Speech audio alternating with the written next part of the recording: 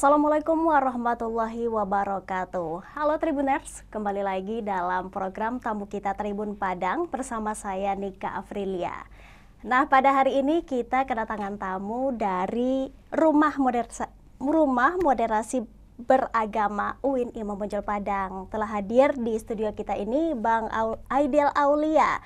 Nah, gimana nih kabarnya hari ini Bang Aidil? Alhamdulillah sehat, sehat, alhamdulillah. Boleh nih disapa dulu Tribuners yang ada di rumah, Bang. Hai Tribuners, bersama saya Aidil Aulia, di dosen UIN Imam Bonjol Padang, pengurus Rumah Moderasi Beragama UIN Imam Bonjol Padang. Oke, nah bersama Bang Aidil hari ini Tribuners kita akan membahas ini sedikit sensitif ini Bang, atau emang sensitif nyatanya gitu ya, karena kalau membahas agama atau perihal beragama itu cukup sensitif bagi publik gitu ya, apalagi ini pembahasan kita moderasi beragama. Nah, untuk awalan nih Bang Aidil, mungkin bagi masyarakat di luar sana moderasi beragama ini tentu sesuatu yang baru gitu kan, dan pemahaman publik tentang moderasi beragama ini juga ada yang mungkin menerima, ada juga yang mungkin menolak atau masih bingung apa ini moderasi beragama gitu. Mungkin bisa dijelaskan dulu kepada penonton yang ada di rumah, apa ini moderasi beragama ini Bang? Oke, moderasi beragama itu memang kebanyakan disalahpahami. Tapi kalau ngomong agama itu sensitif sebenarnya enggak juga. Justru agama harus dibincangkan di ruang publik ya. Kalau agama dibincangkan di ruang-ruang tersembunyi, takutnya itu yang menjadi sensitif. Karena kita takut bicara agama kok nggak terbuka gitu. Harusnya beragama itu ya terbuka. Nah, moderasi beragama itu sebenarnya cara pandang, sikap, dan praktek keberagamaan seseorang.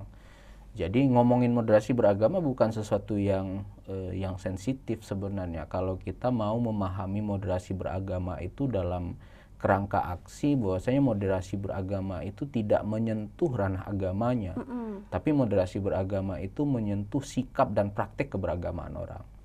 Agama selalu benar, agama pasti benar, tapi sikap dan praktek keberagamaan orang belum tentu benar. Agama itu mengajarkan kebaikan, agama mengajarkan keadilan, tetapi orang beragama belum tentu baik. Orang beragama belum tentu menerapkan sikap adil dalam kehidupan masyarakat, di masyarakatnya. Maka yang salah itu apakah agama atau orang beragamanya? Yang salah itu adalah orang beragamanya.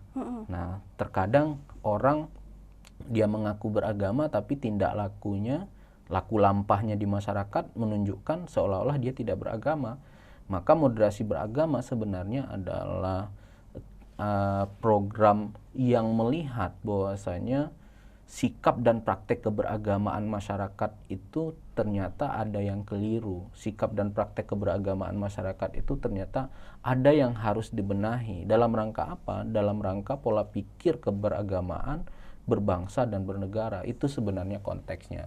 Jadi moderasi beragama itu bukan mencampur baurkan agama, atau dalam istilah lain itu sinkretisme agama. Bukan. Jadi salah pahamnya orang, lalu orang bilang moderasi beragama itu sensitif ya karena menganggap moderasi beragama itu pencampur bauran agama atau sinkretisme agama. Padahal tidak.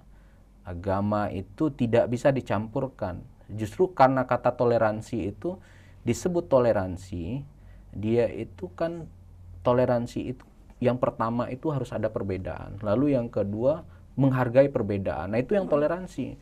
Kalau semuanya dipersamakan, untuk apa toleransi? Justru toleransi itu pada hal yang berbeda. Beda agama, maka muncul konsep toleransi. Beda firqah, beda kelompok, muncul toleransi di sana. Beda kelompok, muncul toleransi di sana.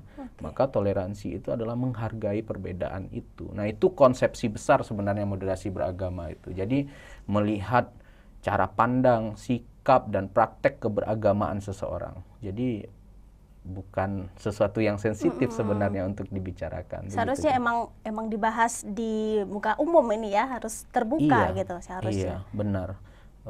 Konsepsi moderasi beragama harus menjadi obrolan publik. Kenapa moderasi beragama harus menjadi obrolan publik? Karena moderasi beragama itu adalah tindakan preventif yang dilakukan oleh negara dan itu merupakan sebuah kebaikan. Oke. Apa tujuannya? Merawat. Apa yang mau dirawat? NKRI. Makanya negara melihat ada ancaman bukan dari agama tetapi dari praktek keberagamaan orang yang kadang tidak sesuai dengan nilai-nilai universal keagamaan. Maka negara melihat praktek keberagamaan yang lari dari nilai universal keagamaan atau lari dari nilai-nilai fundamental keagamaan itu harus dibenahi supaya dia tidak menjadi ancaman terhadap negara. Sebenarnya konsepnya di sana sebenarnya. Oke. Untuk moderasi beragama ini, apakah ini salah satu program dari Kemenak sendiri atau bagaimana, Bang? Nah, ini menarik nih. Apakah moderasi beragama itu adalah program Kementerian Agama? Saya bisa jawabnya dari dokumen begini. Moderasi beragama itu sebenarnya perintah dari RPJMN 2020 sampai 2024. Di dalam RPJMN itu dimasukkan satu klausul tentang moderasi beragama. Apa tujuannya? Tujuannya moderasi beragama itu untuk merawat nilai-nilai kebangsaan, nilai-nilai kenegaraan, untuk mengokohkan nilai persatuan dan kesatuan. Jadi memang moderasi beragama pada dasarnya adalah RPJMN 2020-2024 diperintahkan di sana, tetapi eksekutor utamanya itu Kementerian Agama. Oke. Kenapa? Karena Kementerian Agama lah satu-satunya kementerian yang diberikan wewenang untuk mengurusi persoalan keagamaan di Indonesia. Makanya Kementerian Agama itu dia sifatnya strukturalnya dari pusat sampai ke daerah. Kan nggak pernah kita lihat Kementerian Agama di bawah pemerintah daerah kan. Kementerian Agama selalu terpusat. Kenapa? Karena urusan keagamaan itu menjadi tupoksi pemerintah pusat. Jadi itu bukan tupoksi pemerintah daerah. Jadi moderasi beragama karena dia berkaitan dengan hal-hal yang berhubungan dengan keagamaan masyarakat, maka yang berhak mengurusinya itu adalah Kementerian Agama. Maka program moderasi beragama itu leading sektor pelaksanaan program moderasi beragama itu ya Kementerian Agama gitu. Oke. Nah, kalau begitu tentunya dari Kemenak sendiri punya program-program yang Bang dalam penerapan moderasi beragama ini. Iya. Mungkin apa saja bisa dijelaskan, Bang? Wah, banyak sekali ya program-program Kementerian Agama yang berkaitan dengan moderasi beragama itu cukup banyak. Yang pertama, Kementerian Agama itu punya pola pelatihan. Ada pelatihan yang sifatnya penggerak, ada yang disebut dengan pelopor. Ada penggerak moderasi beragama, ada pelatihan pelopor moderasi beragama. Itu punya jam pelatihan yang berbeda-beda. Lalu ada sosialisasi moderasi beragama. Malah di luar pelatihan, Kementerian Agama itu banyak sekali sekarang membuat program-program yang punya tagline dalam tanda kutip ya, quote on quote, itu ada nuansa moderasi beragamanya. Misalnya di PT KIN itu, di PT KIN itu kan ada program KKN moderasi beragama. Lalu ada di tingkat penyuluh di kantor wilayah Kementerian Agama ada kampung moderasi beragama. Jadi banyak hal disandingkan dengan moderasi beragama. Belum lagi riset-riset yang ada di PT KIN itu diarahkan pada pengembangan kajian moderasi beragama. Nah, sebagai salah satu tanda, sebagai salah satu bukti bahwasanya Kementerian Agama serius menggarap program moderasi beragama, diwajibkan PT KIN itu masuk di UIN Imam Bonjol Padang itu ada pusat kajiannya. Nah, itulah rumah moderasi beragama itu. Rumah moderasi beragama itu menjadi ruang di mana teman-teman bisa mengekspresikan dirinya dalam wacana moderasi beragama, tidak hanya sekedar wacana, tetapi moderasi beragama dijadikan ruang untuk melakukan advokasi juga, advokasi sosial keagamaan juga, menjadi ruang tempat pelatihan moderasi beragama juga. lalu penyusunan konsep-konsep moderasi beragama juga, lalu pengembangan penelitian atau riset-riset tentang moderasi beragama. Nah, Rumah Moderasi Beragama itu sebenarnya cerminan keseriusan Kementerian Agama mengurus soal-soal moderasi beragama. Nah, kenapa harus ada Rumah Moderasi Beragama atau yang dikenal itu singkatannya RMB? Kenapa harus ada RMB? Karena RMB ini menyiapkan fasilitator-fasilitator pelatihan yang akan memberikan insersi kepada baik itu di lingkungan internalnya. Insersinya dari soal apa? Baik itu insersi secara kurikulum, memasukkan moderasi beragama dalam bagian mata kuliah di PTKIN, ataupun menyediakan program pelatihan untuk di luar UIN Imam Bonjol Padang sendiri atau di luar PTKIN sendiri. Misalnya fasilitator di Rumah Moderasi Beragama itu dijadikan fasilitator di pelatihan-pelatihan moderasi beragama di Kanwil misalnya, di kantor Kemenak, atau di ruang-ruang yang lain. Itu yang sudah dilakukan selama ini. Dan itu dimulainya kalau di Sumatera Barat dan saya pikir juga di Indonesia ya. Dimulainya di akhir tahun 2021. Kalau saya tidak salah itu mungkin nanti bisa dicek lagi. Moderasi beragama itu dimulai pelatihannya itu di November Desember di tahun 2021. Waktu itu ada 8 daerah prioritas yang harus digenjot. Program moderasi beragama di 8 daerah prioritas itu, termasuk Sumatera Barat dijadikan 8 daerah prioritas. Nah, itu kira-kira. Oke, saya tertarik ketika Bang Aidil tadi menyebutkan bahwa pelatihan pertama itu di akhir tahun 2021. Nah, itu bagaimana respon masyarakat nih terhadap moderasi beragama ini? Oke. Dari tahun 2021 lalu 2022 sampai sekarang 2023, sebenarnya pelatihan ini baru menyasar sebagian besar. Sasaran pelatihan ini berada pada internal ASN Kementerian Agama. Jadi belum menyentuh ruang praktis di publik. Nah, tetapi mulai di pertengahan 2023, di awal 2023 sampai di akhir 2023, pelatihan ini sudah mulai masuk ke publik. Sebagai contoh, Balai Diklat Keagamaan Padang itu pernah melakukan pelatihan moderasi beragama yang sasaran targetnya itu adalah atau peserta pelatihannya itu misalnya pengurus rumah ibadah. Nah, itu bukan ASN Kementerian Agama. Nah, dari tahun 2021, 2022 itu memang disibukkan dengan pelatihan dalam internal ASN Kementerian Agama. Karena pada targetnya awalnya, kalau saya tidak salah, di target awalnya itu di 2021 sampai 2023 internal Kementerian Agama itu harus selesai 100%. Tetapi ternyata tidak tercapai targetnya. Tetapi juga harus ada kebutuhan lain. Kebutuhan lain, sasaran pelatihan ini harus melibatkan masyarakat. Maka beberapa instansi, misalnya Balai Diklat Keagamaan Padang mulai menyasar masyarakat. Nah, mulai dari tahun 2021 itu ketika orang bicara tentang moderasi beragama, resistensinya muncul, lalu juga pro dan kontra lah ya biasa. Di beberapa kali pengalaman mengisi pelatihan moderasi beragama, pro kontra itu selalu muncul.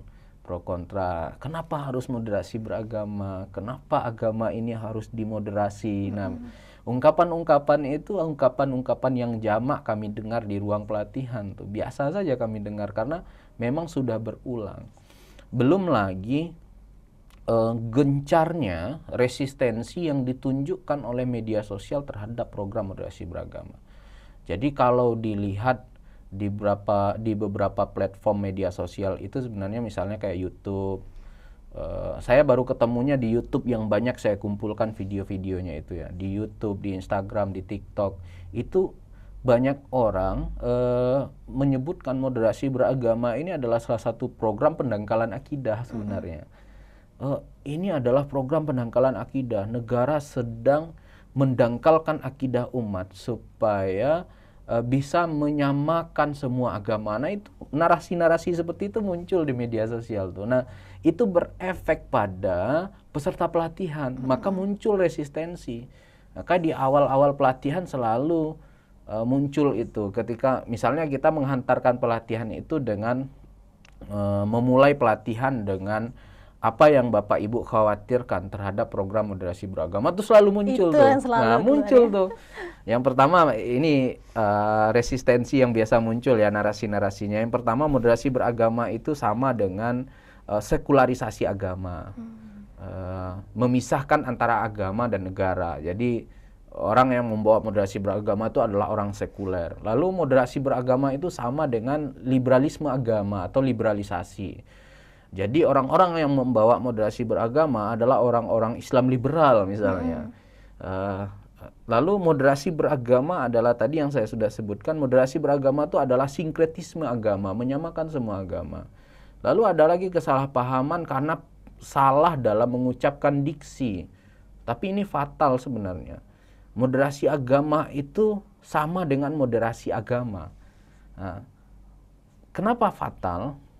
Ketika kita sebut moderasi beragama, maka yang kita moderasi itu yang saya sebut secara definitif tadi ya. Yang kita sebut itu, yang kita moderasi adalah sikap, praktek, dan cara pandang keberagamaan seseorang.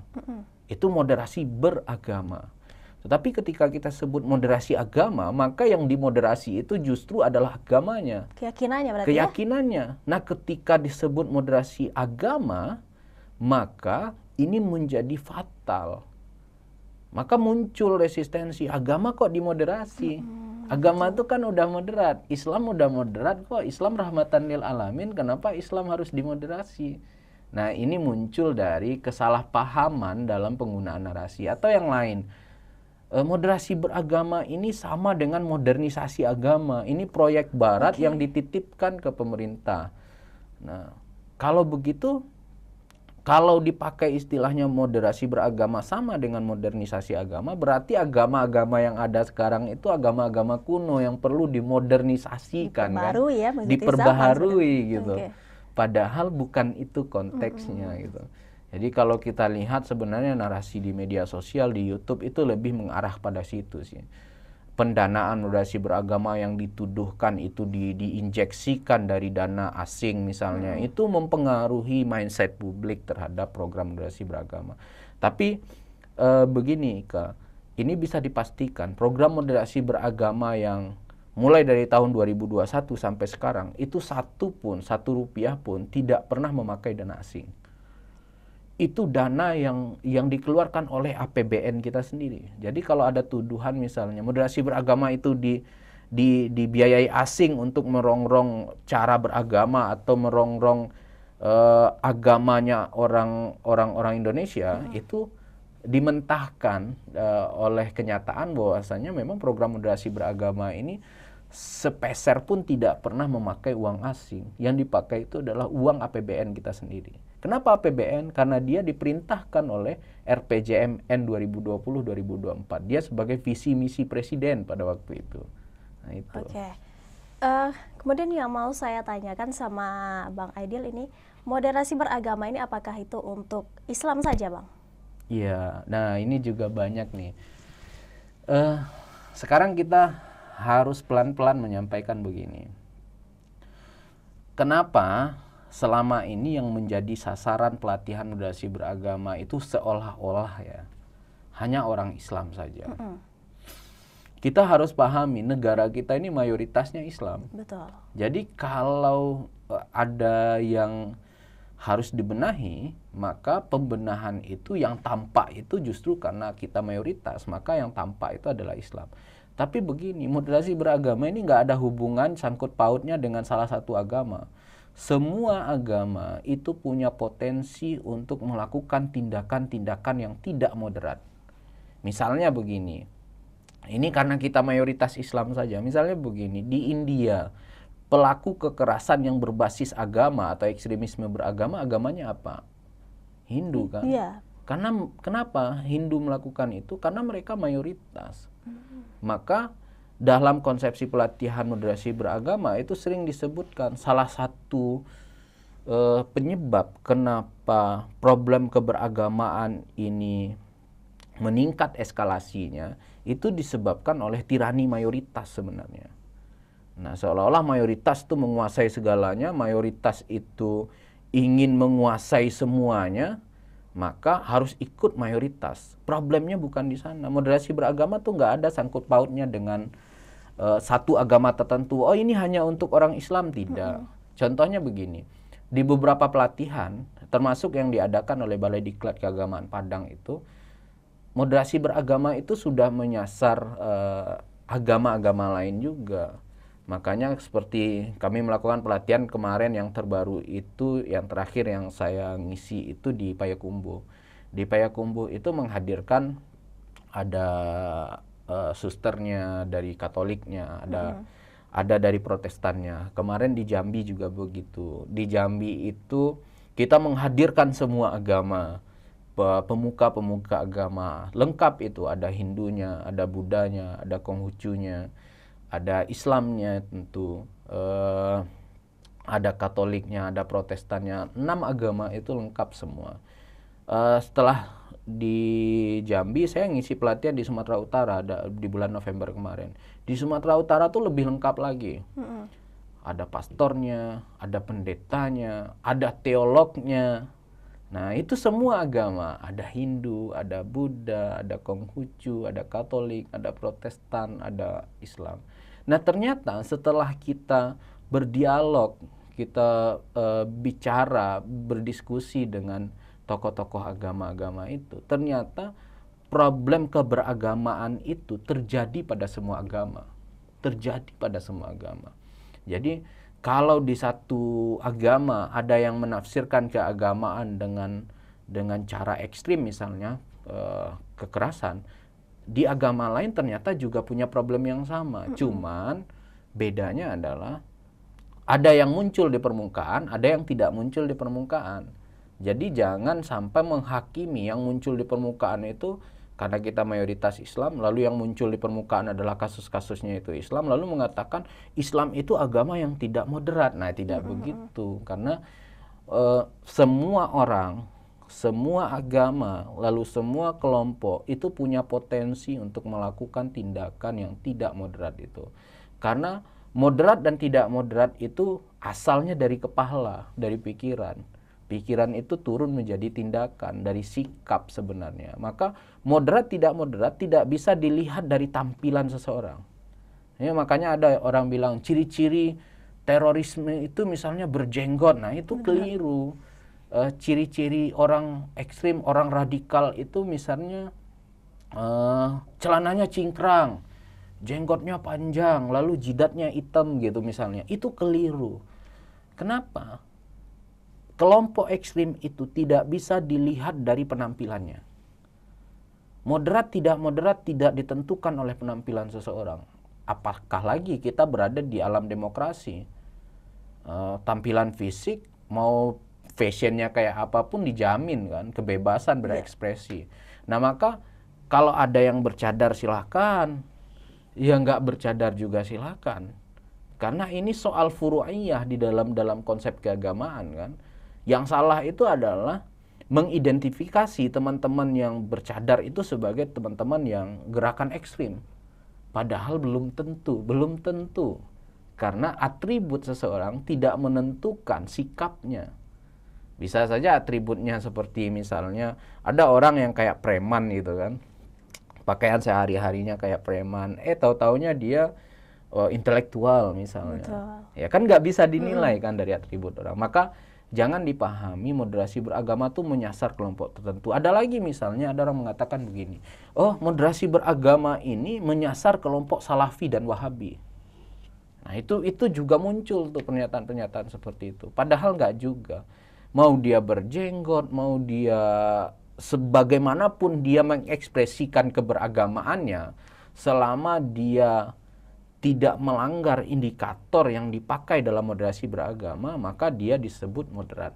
Nah, maka moderasi beragama itu punya indikator-indikatornya, Ika. Jadi, moderat tidak moderat itu bisa dilihat dari indikator dia yang disusun dalam program moderasi beragama itu. Moderasi beragama punya 4 indikator. Apa saja indikatornya? Yang pertama, toleransi.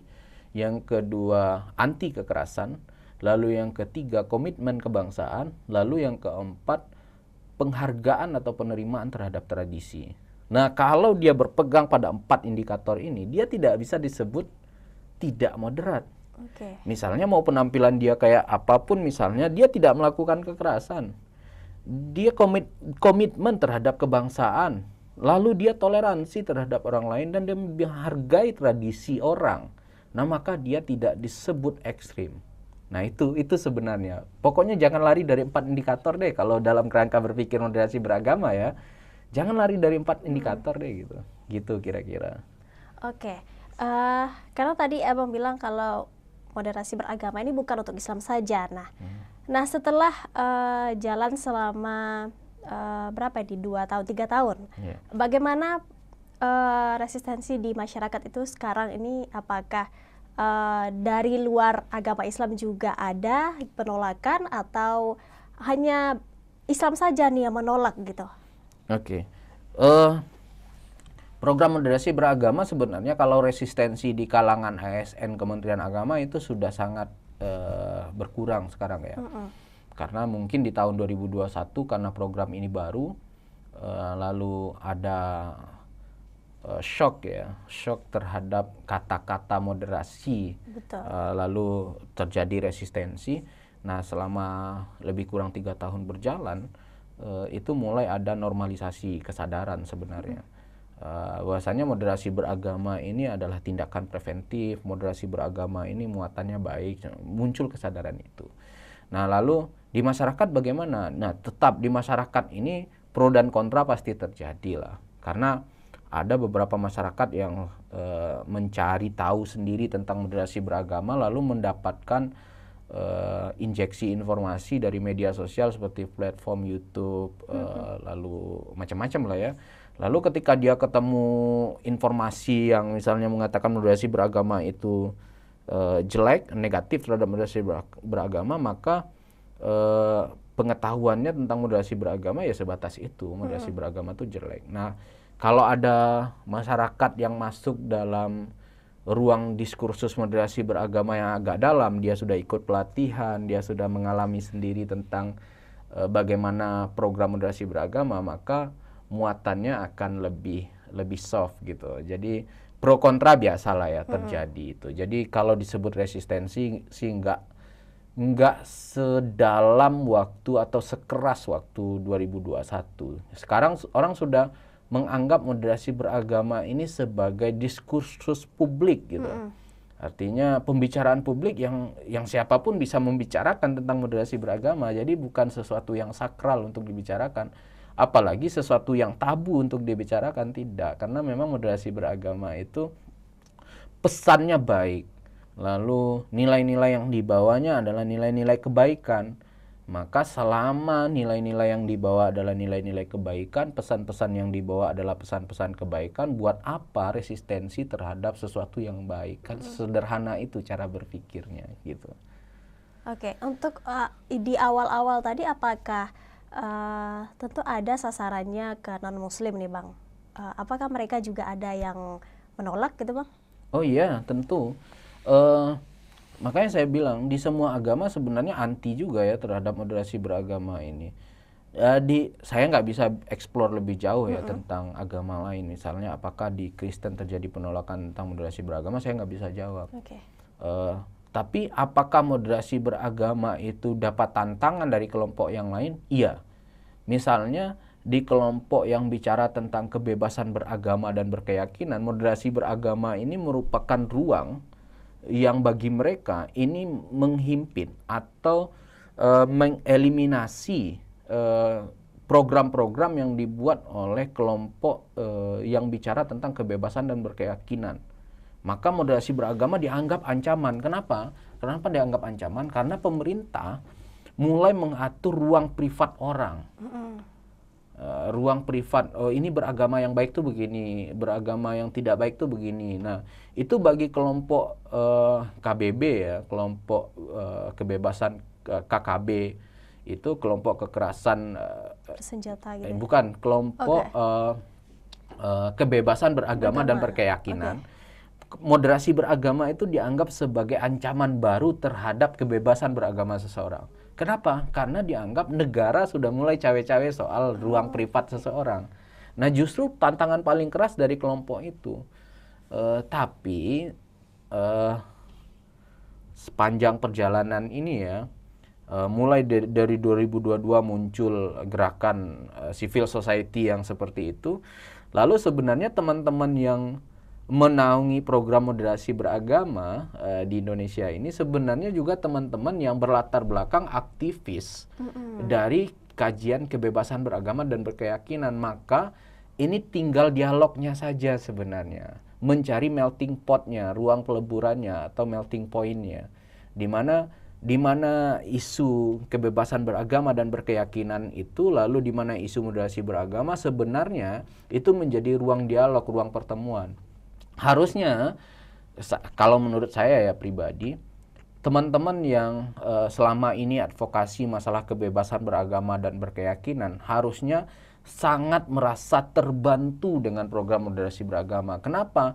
Karena negara sudah memberikan ruang untuk membicarakan kebebasan beragama itu secara sah dan legal melalui regulasi dan program yang dicanangkan oleh pemerintah. Jadi dia tidak diselundupkan di ruang-ruang tersembunyi. Selama ini orang bicara tentang kebebasan berekspresi, kebebasan beragama, mengekspresikan keberagamaan itu di ruang-ruang tersembunyi gitu, kayak diselundupkan. Betul. Nah, sekarang itu negara memberi peluang dengan adanya regulasi, ayo kita bicara agama di ruang publik, kita bicara agama tapi batasan bicara agamanya ini dalam panduan negara. Itu sebenarnya bukan pembatasan ekspresi keberagamaan, tetapi pengaturan secara administratif bahwasanya diskursus tentang keagamaan itu bukan sesuatu yang tabu gitu. Itu. Jadi ya resistensi dari agama lain saya nggak bisa jawab, saya nggak tahu apakah dari agama lain itu ada resistensi, tapi dari kelompok civil society itu ada resistensi memang.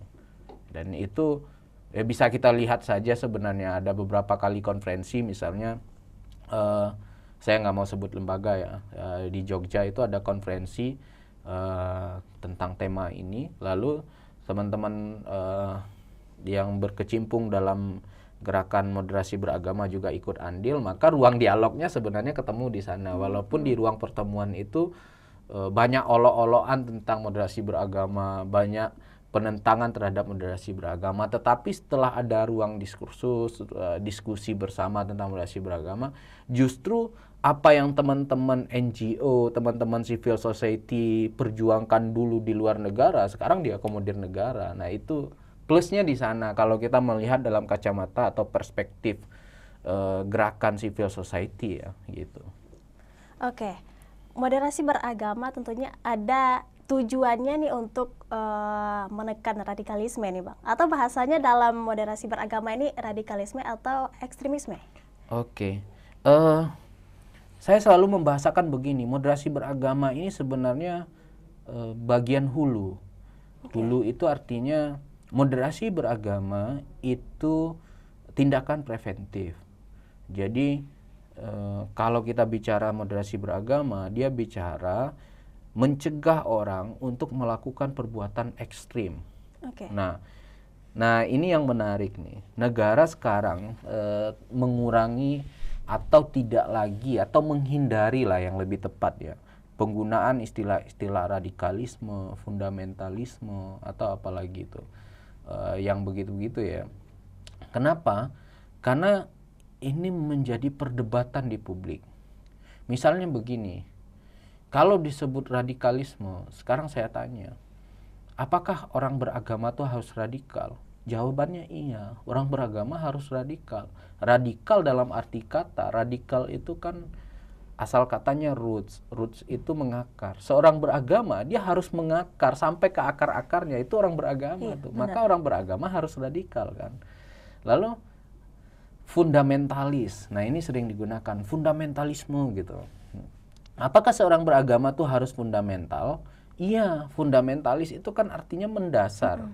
Seseorang yang beragama, dia harus mendasar dalam keyakinannya, dalam keberagamaannya, dalam agamanya, dia harus punya dasarnya. Maka menggali nilai-nilai fundamental keagamaan itu penting. Maka negara sebenarnya sekarang memakai istilahnya itu ekstrim. Maka dalam ruang-ruang pelatihan moderasi beragama itu cukup dihindari penggunaan kata-kata radikalisme, fundamentalisme. Tapi yang digunakan itu apa? Ekstremisme beragama. Apa itu ekstremisme beragama?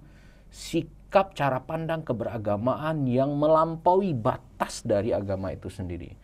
Jadi berlebih-lebihan lah. Kalau dalam bahasa Arabnya itu disebut al-ghulu. Ghulu itu ya berlebih-lebihan gitu. Makanya dalam hadis Nabi itu iyyakum wal ghulu.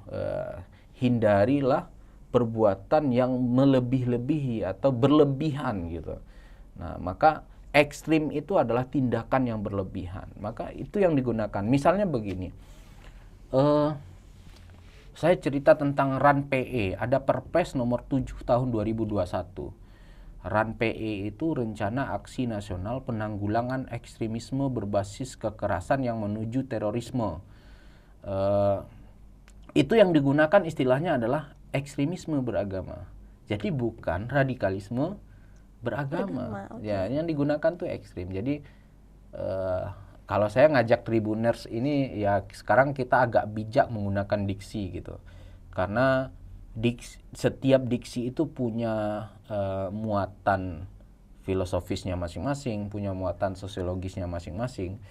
Jadi dan hati-hati juga menempelkan satu istilah kepada satu kelompok atau satu orang atau kelompok tertentu, agama tertentu, suku tertentu tuh sangat berhati-hati. Karena tadi Kak katakan soal agama adalah soal yang sensitif. Nah, tidak hanya agama, soal identitas adalah soal yang sangat sensitif. Jadi hati-hati menempelkan diksi, menempelkan terminologi, menempelkan atribut pada identitas seseorang atau identitas kelompok orang. Kira-kira begitu. Oke, Bang Aidil, kita udah sampai di sesi terakhir nih. Mungkin closing statementnya untuk Tribuners yang ada di rumah, silakan Bang. Oke, moderasi beragama adalah menebar benih-benih kebaikan, menebar jala-jala kebaikan. Maka moderasi beragama harus diekspresikan secara lebih dalam lagi. Moderasi beragama harus didukung dengan seluruh kapasitas dan upaya yang dimiliki oleh masyarakat ini. Maka moderasi beragama menjadikan negara ini kuat, aspek kebangsaan kita kuat, dan negara kesatuan Republik Indonesia tetap terjaga. Nah, moderasi beragama adalah program atau kegiatan untuk mengokohkan keutuhan negara kesatuan Republik Indonesia. Gitu Tribuners. Oke, Bang Aidil, terima kasih sudah datang ke tamu kita Tribun Padang. Semoga lain kali kita bisa ngobrol lagi tentang hal ini lebih lanjut ya Bang ya. Iya, terima kasih juga. Oke Tribuners, itu dia tamu kita hari ini. Saya Nika Afrilia dan Bang Aidil juga undur diri. Wassalamualaikum warahmatullahi wabarakatuh.